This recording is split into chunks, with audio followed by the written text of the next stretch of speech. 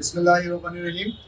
প্রিয়, আমরা যেই জিনিসটা লক্ষ্য করেছি, জুলাইয়ের পক্ষের শক্তি এবং জুলাই যোদ্ধা এবং জুলাইয়ে গণ অভ্যুত্থানে যারা স্টেক হোল্ডার বা যারা নিজেদেরকে নেতৃত্বে এনেছিলেন বা নেতৃত্ব দিয়েছেন বলে দাবি করতেন, তারা প্রকৃতপক্ষে আমাদের মতো যারা আহত এবং যারা এখনও হাসপাতালে বেডে কতরাচ্ছেন এবং চিকিৎসার অভাবে বা উন্নত চিকিৎসার অভাবে তাদের চোখ সহ অন্যান্য অঙ্গ প্রত্যঙ্গের হানির সম্মুখীন হচ্ছেন, তাদেরকে নিয়ে তাদের কাজ করার সময় নেই। আমরা তারা দেখতে পাচ্ছি যে যার যার নির্বাচনী কার্যক্রম সহ অন্যান্য কার্যক্রমে তারা ব্যস্ত, জুলাইকে ভুলে বসেছে।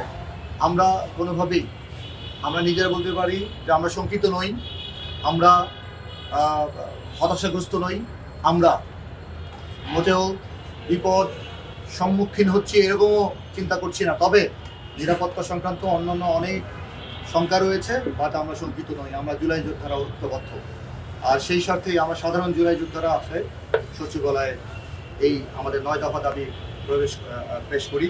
সেই 9 দফা দাবির মধ্যে আমি 2টি দফা দাবি আপনাদের পড়ে শুনিয়েই আমাদের ছাত্র প্রতিনিধি নাবিলা নাদিয়ার কাছে চলে যাব।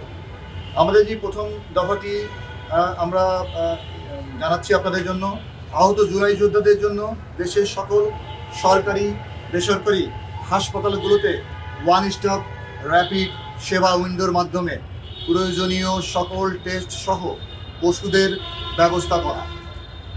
অনেক ক্ষেত্রে দেশি বিদেশি দামি ওষুধগুলো যেগুলো জুলাই যোদ্ধাদের জন্য প্রয়োজন, সেগুলো সরকারি ব্যবস্থাপনায় সংগ্রহ করে অসুস্থ জুলাই যোদ্ধাদের প্রদান করা।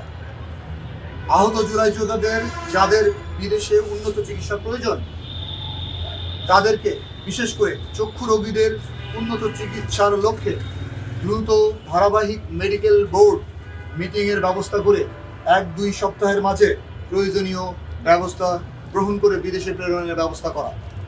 রাজধানীতে অবস্থিত চক্ষু বিজ্ঞান সহ অন্যান্য বিশেষায়িত সরকারি বেসরকারি হাসপাতালে ওয়ান স্টপ র্যাপিড সেবা উইন্ডো খোলার মাধ্যমে আগামী সপ্তাহের মাঝেই ডেডিকেটেড বিশেষজ্ঞ চিকিৎসক সকল প্রকার টেস্ট, ছোট বড় সকল সার্জারির জন্য আর্থিক ব্যবস্থা, ওষুধ ও অন্যান্য প্রয়োজনীয় সেবা চালুর ব্যবস্থা করা।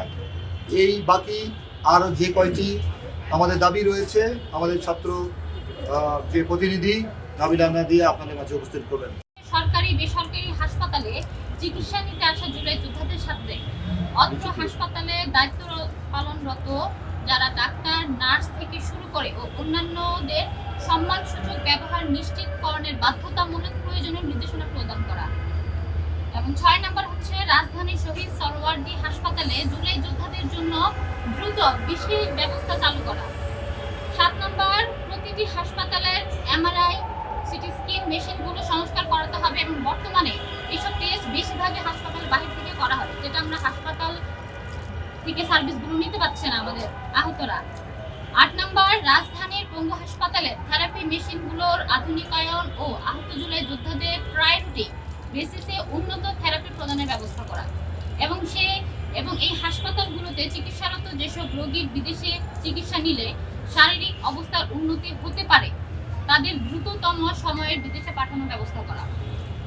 9 নম্বর রাজধানীর নিউরোসায়েন্স হাসপাতালে আহত জুলাই যোদ্ধাদের এমআরআই করতে কালক্ষেপণ সহ যে চরম ভোগান্তি পোহাতে হয় তা নিরসনে দ্রুততম ব্যবস্থা গ্রহণ করার জন্য অনুরোধ জানাচ্ছি। এই হচ্ছে আমাদের 9 দফা দাবিসমূহ। আমরা সাধারণ জুলাই যোদ্ধারা আমরা যেন এই সমস্ত প্রয়োজনীয় স্বাস্থ্যসেবা থেকে বঞ্চিত হচ্ছি, আমরা যেন সাধারণ জুলাই যোদ্ধাদের পক্ষ থেকে, আমি একজন গণমাধ্যম কর্মী জুলাই যোদ্ধা হিসাবে আমার নিজের দায়িত্ববোধ থেকে আমরা সবাইকে সাথে করে আজকে এই দাবি দাবাগুলো স্বাস্থ্য মন্ত্রণালয়ের সচিব বরাবরে পেশ করেছি। তিনি পজিটিভলি এটাকে গ্রহণ করেছেন